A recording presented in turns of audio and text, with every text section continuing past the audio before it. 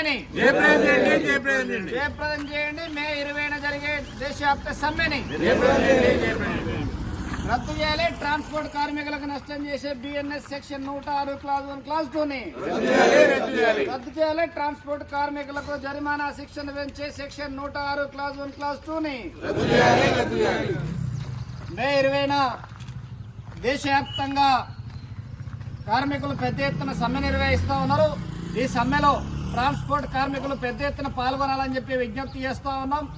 BJP ప్రభుత్వం కేంద్రంలో అధికారంలోకి వచ్చిన తర్వాత కార్మికులకు నష్టం చేసే పద్ధతుల్లో 100 సంవత్సరాల క్రితం పోరాడి సాధించుకున్న 29 చట్టాలని రద్దు చేసిన పరిస్థితి ఉన్నది.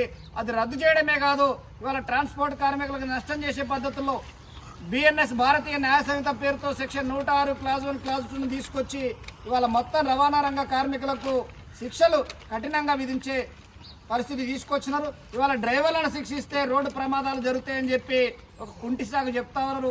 ఇది సరైనది కాదు. ఏ డ్రైవర్ కూడా ఉద్దేశపూర్వకంగా రోడ్డు యాక్సిడెంట్ చేయరు అనేది కనీస ఇంగిత జ్ఞానం కూడా ఇవాళ కేంద్ర ప్రభుత్వానికి లేదు. ఇవాళ 7 లక్షల జరిమానా, అదేవిధంగా 10 సంవత్సరాల జైలు శిక్ష అనేది ఇది ఎట్టి పరిస్థితుల్లో కూడా రవాణా రంగ కార్మిక సోదరులు చూస్తూ ఊరుకోరు. ఇది రద్దు చేసే వరకు కూడా పోరాటం జరుగుతుంది. మే 20న జరిగే మొత్తం దేశవ్యాప్తంగా నిర్వహిస్తున్న కార్మికుల సమ్మెలో రవాణా రంగ కార్మికులు పెద్ద ఎత్తున పాల్గొంటారని చెప్పి పాల్గొనాలని విజ్ఞప్తి